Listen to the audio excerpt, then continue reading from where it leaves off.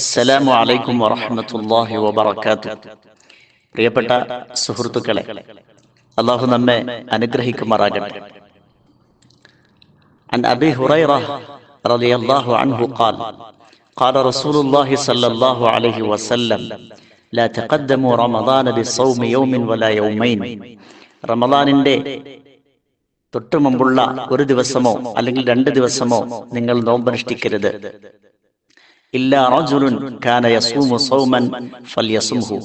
പതിവായി നോമ്പനുഷ്ഠിക്കുന്ന ആളൊഴികെ അങ്ങനെയുള്ളവർക്ക് ആ നോമ്പ് അനുഷ്ഠിക്കാവുന്നതാണ്.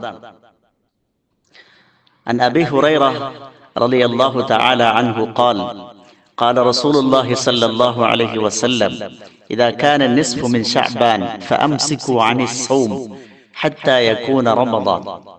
നബി സല്ലല്ലാഹു അലൈഹി വസല്ലം തങ്ങൾ പറയുന്നു, ശഅബാൻ പകുതിയായി കഴിഞ്ഞാൽ നിങ്ങൾ നോമ്പനുഷ്ഠിക്കുന്നത് ഒഴിവാക്കണം, റമദാനാകുന്നത് വരെ. ഈ 2 ഹദീസുകൾ നമുക്ക് നൽകുന്ന പാഠങ്ങൾ: ഒന്ന്,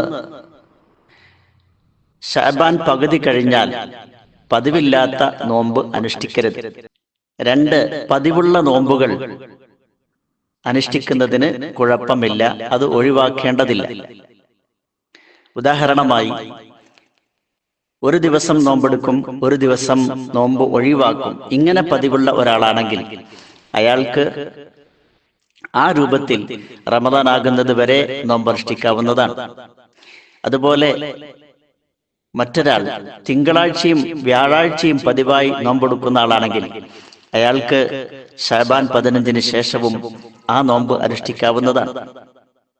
അതുപോലെ ശഅബാൻ ഭൂരിഭാഗവും നോമ്പനുഷ്ഠിക്കുന്ന ഒരാൾ, നബി സല്ലല്ലാഹു അലൈഹി വസല്ലം തങ്ങൾ ഏറ്റവും കൂടുതൽ നോമ്പനുഷ്ഠിച്ചിരുന്നത് ശഅബാനിലായിരുന്നു എന്ന് കാണാം.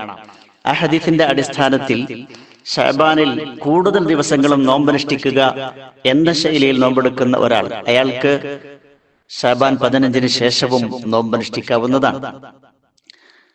അതുപോലെ കഴിഞ്ഞ റമദാൻ ഖളാ ഉള്ള ആളുകൾ, അവർക്ക് റമദാൻ ആകുന്നത് വരെ ഖളാ വിട്ടാവുന്നതാണ്. അവർ ശഅബാൻ 15 ശേഷം നോമ്പനുഷ്ഠിക്കാൻ പാടില്ല എന്ന് വിചാരിച്ച് ഖളാ വീട്ടുന്നത് ഒഴിവാക്കരുത്.